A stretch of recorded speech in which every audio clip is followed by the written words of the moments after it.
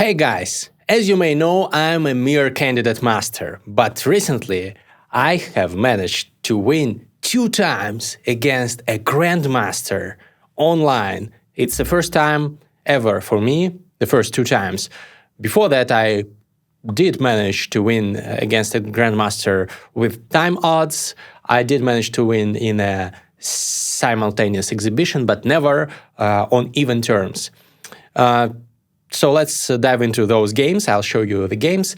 I must say that probably this grandmaster is somebody old who has retired long from the game because he's rated around 2200 ELO blitz on chess.com, similar to my rating. So probably it's not the strongest grandmaster, but still, once a grandmaster, always a grandmaster. You get this title for life, and to get this title, you need to be at least 2500 rated ELO official in classical, which is an impressive achievement. Only several thousand people throughout the history have reached this status, so this is something to respect. So let's see how those games went. In the first one, I was playing white, and my opponent responded with a Sicilian defense to my e4. You may notice my rating is lower than it is now because it was a game played several months ago. And I played the Snyder variation against the Sicilian, which is a non-orthodox, unconventional way to avoid the realms of theory and to play a creative, interesting game. He goes e5, and here g6, a move that made me wonder why he made it. So I've never seen such a structure, and I decided to strike with f4 in the spirit of the King's Gambit because I like sacrificing and attacking. I've sacrificed this pawn. Here, actually, I automatically went knight f3, but even better was knight b5, as the computer says, hitting this rook, and there are of course, ways to protect it like f6, but this is a weakening of the position, so it's good for me. But I automatically went knight f3, and here we develop, and this is very typical for the King's Gambit setup, where black takes this pawn on f4. I play the King's Gambit often, and white sometimes goes h4, sometimes goes g3, sometimes sacrifices here on this square. It's a very interesting romantic chess. In this way, people played in the 18th century. And I really like the games of those period. Maybe I should make some videos on them. So here I go h4, striking, hitting this pawn chain, and I castle. Of course, I'm worse. I've sacrificed a pawn. My king is weak, but he is underdeveloped. This move, I don't see a point in it. So this pawn would be not much worse here. So this is just a waste of tempo. Basically, this bishop needs at least 2 more moves to develop. This knight is not developed. This king is not castled. So I enjoy some compensation for the sacrifice pawn. He goes knight e4, and I strike his pawn structure with g3 to open up this line and create a devastating attack since he's not yet castled. This is not really correct, but I decided the only way to defeat a grandmaster is to attack him and destroy him in a brutal tactical skirmish, because otherwise, positionally, I'm cooked if I try to play positional chess against the grandmaster. So he goes g4, a nice intermezzo, and after I go here, he blocks this file, and you see the computer evaluation says that I'm much worse because these pawns are difficult to destroy. But still, his king is in the center. Most his pieces are on the back rank, underdeveloped, so I have some compensation, and it's blitz, so anything can happen. I go here and trade off his only active piece, which was this bishop. Now all his pieces are on the back rank and underdeveloped. And now I strike in the center. And now you see by the evaluation bar that I've almost equalized the position, because you see those gaps in his position. If he castles now, he will be just crushed. Maybe this is an okay move, but very difficult to make. He needs here a pawn break and a way to develop his bishop. The computer gives, for example, d5 as the best move. It's the move that I would make here to try and win some time, create some complications, but the Grandmaster doesn't go for this. He goes knight c6, developing his knight. And already, first of all, I took a pawn, and second of all, I've opened up this file for my queen, and already I'm even a bit, maybe a bit better or equal, so not that bad. He spends another tempo moving a knight, and I move my queen. So if he takes here, I take here with check. This is out of the question. So he defends his knight, and I put more pressure on it. He defends it yet again, and I'm trying to maneuver my knight to either this square, maybe later this square. So looks promising. He moves his rook. I don't really know why. Maybe he wanted to avoid this fork in future. Maybe this was the idea. Maybe he just wants to go b5 or b6 and develop his bishop. I centralize, and I really like my position. He goes b6 to develop, and I jump with my knight to the center. And you see, my position is just very dominant. The computer is not very impressed. He says it's more or less equal, but from a human standpoint, it's much more pleasant to play with white. The only problem I have is that I have just 1 minute remaining, and he has almost 2, and that I'm playing a Grandmaster, and my knees are shaking, and I'm like, maybe I can do something, but most likely I'll blunder and lose because it's a GM, he will trick me. But let's see. I move back, so now there are some threats in the position to jump away with my knight and attack the queen.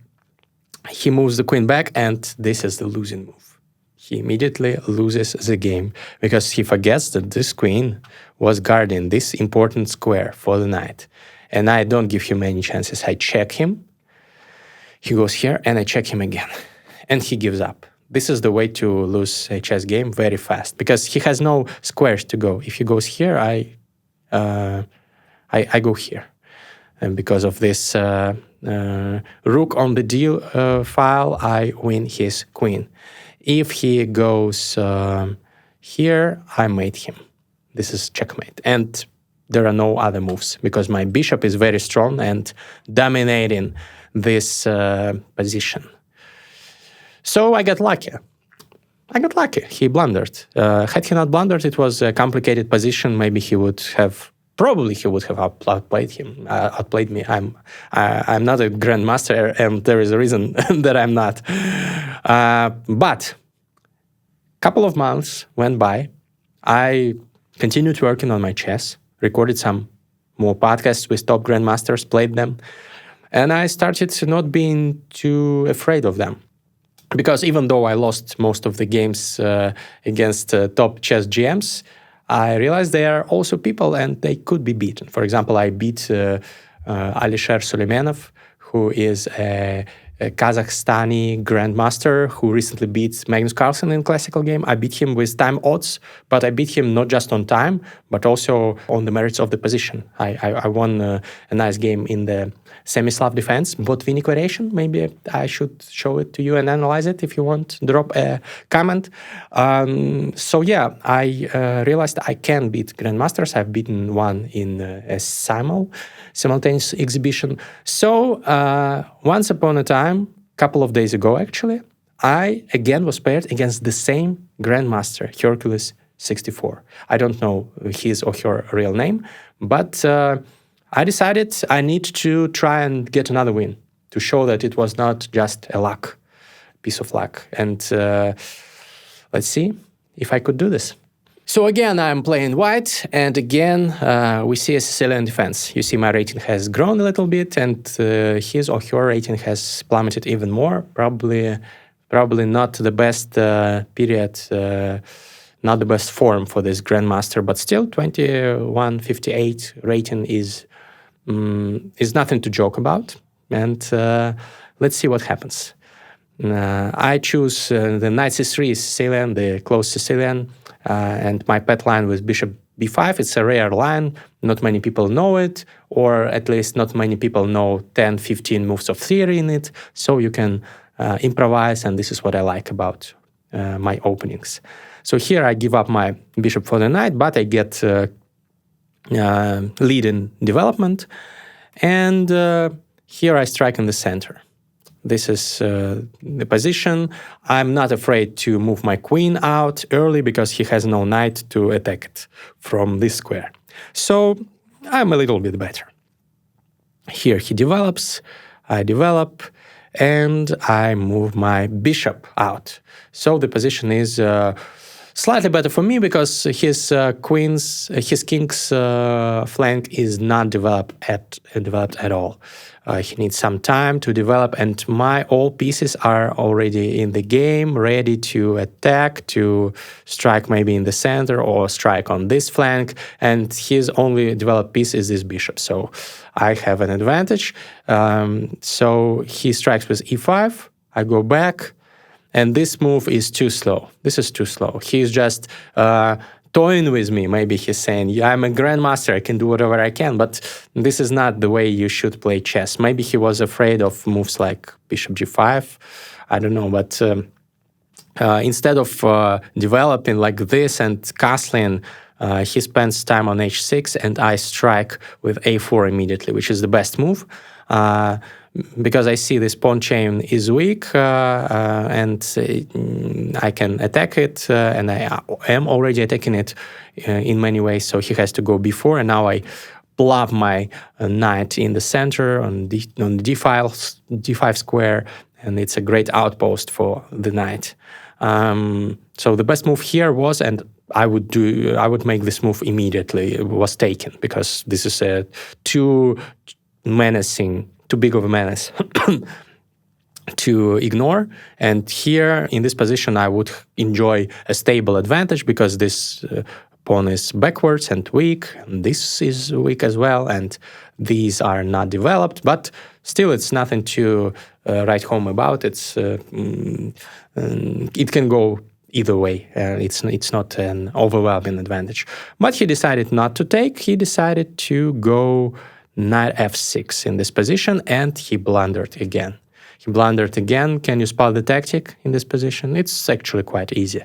I went bishop b6, attacking the queen, and here I threatening this check, which is a fork, but more importantly, it's not just a fork winning material, a rook for a knight, but it will dislodge the king from his comfortable position on e8, and he will lose his castling rights. So he moves his queen, I check him, he bonk clouds his king, so to say, I take, and I protect the e4 pawn, because it was attacked 2 times, so it actually, up until this moment, I'm playing almost perfect chess.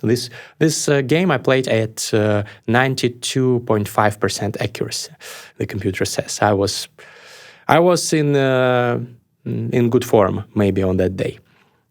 He defends his a6 pawn, and I add another rook, creating this intimidating pressure on the center. His king is still in the center. His bishop cannot develop. His rook cannot develop because of this bishop. So this is a losing position for black already. He tries taking the pawn, but maybe it's just desperation because I just take his pawn and he resigned because this is simply checkmate in 2 moves. Again, he blundered, so not something you would expect from a grandmaster, but he's a legit grandmaster, or she, because you cannot fake it on chess.com. They request documents proving your title. So probably this person some time ago was active and played chess more, and now is not in the best form. Again, I'm not trying to humiliate him or her.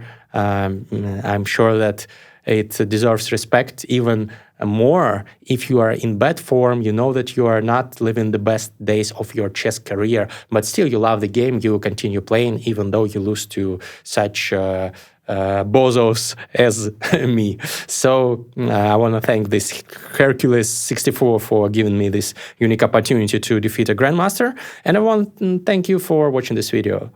Drop a comment and a like, and see you in the next one.